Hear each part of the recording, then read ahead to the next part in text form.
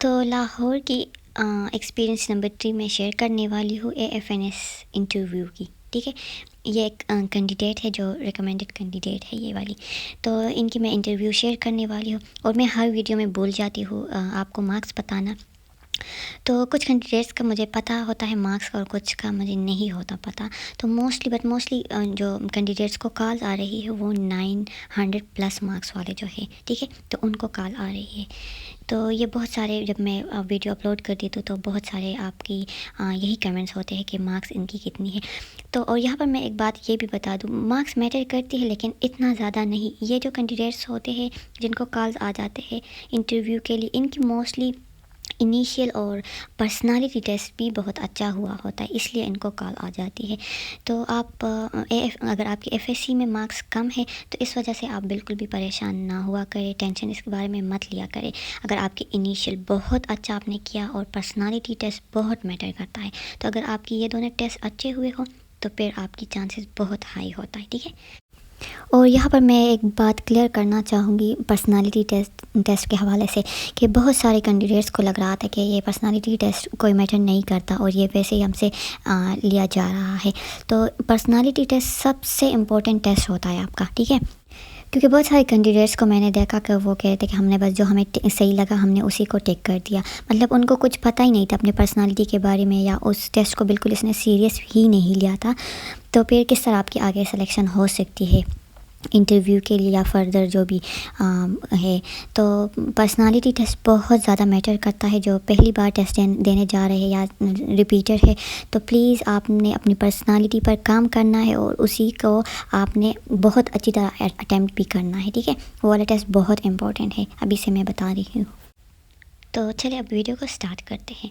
تو جس طرح میں پہلے ویڈیوز میں بتاتی تھی کہ کتنے آفیسرز ہوتے ہیں انٹرویو روم میں، تو ایک میل اور ایک فیمیل انٹرویو روم میں اور 5 to 6 یا 7 آفیسرز اسکرین پر ہوتے ہیں، لائیو آپ کو جوائن کرتے. ٹھیک ہے،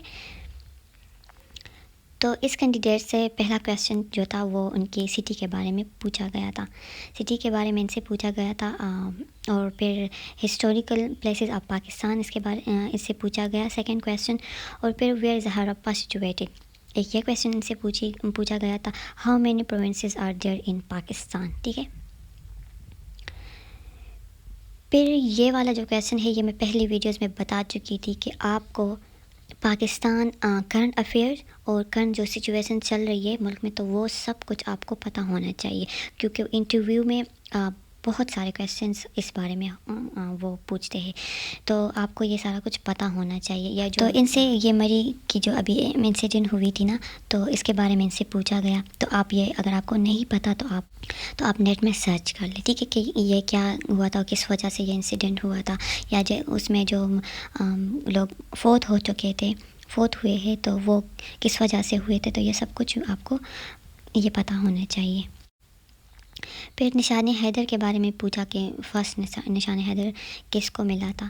اور پھر پاکستان اینڈ آرمی وارز اس بارے میں بھی پوچھا گیا ان سے. اور یہ آپ کو پتہ ہونا چاہیے کیونکہ یہ بہت سے کینڈیڈیٹ سے یہ سوال پوچھ رہے ہیں. ابھی جو لاہور کی انٹرویوز چل رہی اس میں یہ والا کویسچن بہت زیادہ پوچھا جا رہا ہے. ٹھیک ہے، تو ایک مری کا انسیڈنٹ یہ بھی آپ کو پتہ ہونا چاہیے، جو ابھی ڈرامہ چل رہا ہے آرمی کا، تو وہ آپ کو پتہ ہونا چاہیے کہ آپ ان میں جو کریکٹر ہیں ان کے نیمز آپ کو پتہ ہونے چاہیے. ٹھیک ہے، تو اس طرح آپ کو اس ڈرامے کے بارے میں بھی کچھ نہ کچھ پتہ ہونا چاہیے. ہو سکتا ہے چانسز ہائی ہے کہ اس بارے میں بھی آپ سے پوچھا جائے. پھر اکیڈمک میں ان سے پوچھا گیا what are effector in nervous system. Okay, پھر second question what are endocrine, پھر what is difference between endocrine and exocrine glands. Okay, پھر جو نیکسٹ کویسچن تھا وہ پینکریاس کے بارے میں یہاں ان سے پوچھا گیا. اسپیلنگ میں تھوڑا مسٹیک ہے یہاں پر، لپڈس. پھر نیکسٹ کویسچن لپڈ کے بارے میں، لپڈس کیا ہے، وٹ آر لپڈس اور what are lipids made of. تو اس طرح کویسچنز آپ سے پوچھ سکتے ہیں. اور پھر لاسٹ کویسچن جو تھا نا وہ پارٹس آف برین کے بارے میں ان سے پوچھا گیا. ٹھیک ہے، تو بس ان کی یہی انٹرویو میں کویسچنس تھے. اور کویسچن زیادہ بھی آپ سے پوچھ سکتے ہیں اس سے، اور کم بھی آپ سے پوچھ سکتے ہیں. ٹھیک ہے، اور اس کے علاوہ آپ کو اپنے بارے میں بھی صحیح سے پتہ ہونا چاہیے، اور آپ کے فادر کے بارے میں اسپیشلی آپ کی father salary, income, job, business, اس بارے میں آپ کو بہت مطلب کلیئرلی آپ کو پتہ ہونا چاہیے. اور انشاءاللہ بہت جلد پنڈی کی بھی کالز آنا سٹارٹ ہو رہی ہے، تو وہ میں انشاءاللہ پھر اپڈیٹ کر دوں گی. راول پنڈی ہو گئی، پشاور ہو گئی، تو اس بارے میں انشاءاللہ میں بہت جلد اپڈیٹ دینے والی ہوں. اور اس کے علاوہ اگر آپ AFNS فائنل میڈیکل میں کیا ہوتا ہے، کتنے پیسے لگتے ہیں، کتنے دن آپ کے لگتے ہیں، کون کون سے ٹیسٹ ہوتے ہیں، تو اس کے لیے پھر آپ یہ ویڈیو دیکھ لیں. ٹھیک ہے، یہ اسی آپ کو AFNS گائیڈ لائن پر مل جائے گی یہ ویڈیو. اور اس کے علاوہ اگر آپ کو AFNS شیورٹی جو بانڈ ہوتا ہے، اگر اس کے بارے میں جاننا ہے تو پھر یہ ویڈیو آپ دیکھ لیں.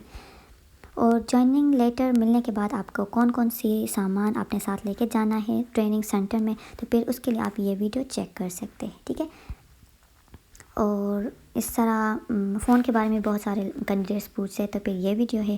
اور کس طرح AFNS جوائننگ لیٹر آپ نے فل کرنا ہے، تو پھر اس کے لیے یہ ویڈیو آپ چیک کر سکتے ہیں. شکریہ.